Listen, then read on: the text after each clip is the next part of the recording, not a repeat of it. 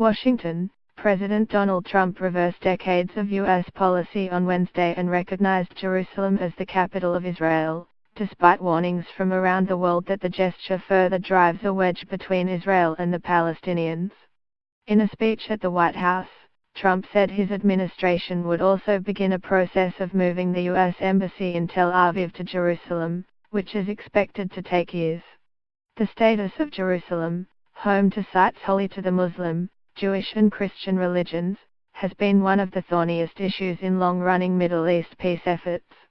Israel considers the city its eternal and indivisible capital and wants all embassies based there.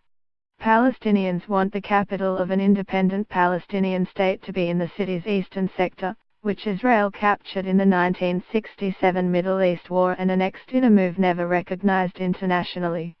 Trump's decision is likely to please his core supporters, Republican conservatives and evangelical Christians who comprise an important share of his political base. Trump aides contend the move reflects the reality of Jerusalem as the center of Jewish faith and the fact that the city is the seat of the Israeli government. Trump called his decision a long overdue step to advance the peace process. "I have determined that it is time to officially recognize Jerusalem as the capital of Israel," Trump said. While previous presidents have made this a major campaign promise, they failed to deliver. "Today, I am delivering." Trump acted under a 1995 law that requires the United States to move its embassy to Jerusalem.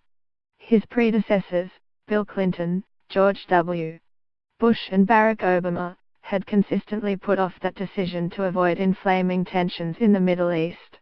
A Palestinian envoy said the Trump decision was a declaration of war in the Middle East.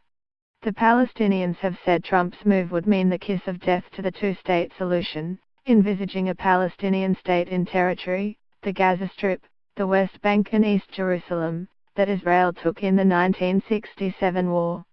He is declaring war in the Middle East, he is declaring war against 1.5 billion Muslims, and hundreds of millions of Christians that are not going to accept the holy shrines to be totally under the hegemony of Israel, Manuel Hassasia, the chief Palestinian representative to Britain, told BBC Radio. Palestinians seethed with anger and a sense of betrayal. Trump wants to help Israel take over the entire city. "Some people may do nothing, but others are ready to fight for Jerusalem," said Hamid Abu Sbeir, 28, an unemployed resident of the walled Old City in East Jerusalem. This decision will ignite a fire in the region.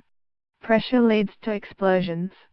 Pope Francis called for Jerusalem's status quo to be respected, saying new tension would further inflame world conflicts. "I cannot remain silent about my deep concern for the situation that has developed in recent days and, at the same time, I wish to make a heartfelt appeal to ensure that everyone is committed to respecting the status quo of the city, in accordance with the relevant resolutions of the United Nations," Pope Francis said during his weekly general audience at the Vatican. Jerusalem is a unique city, sacred to Jews, Christians and Muslims, where the holy places for the respective religions are venerated, and it has a special vocation to peace, he said.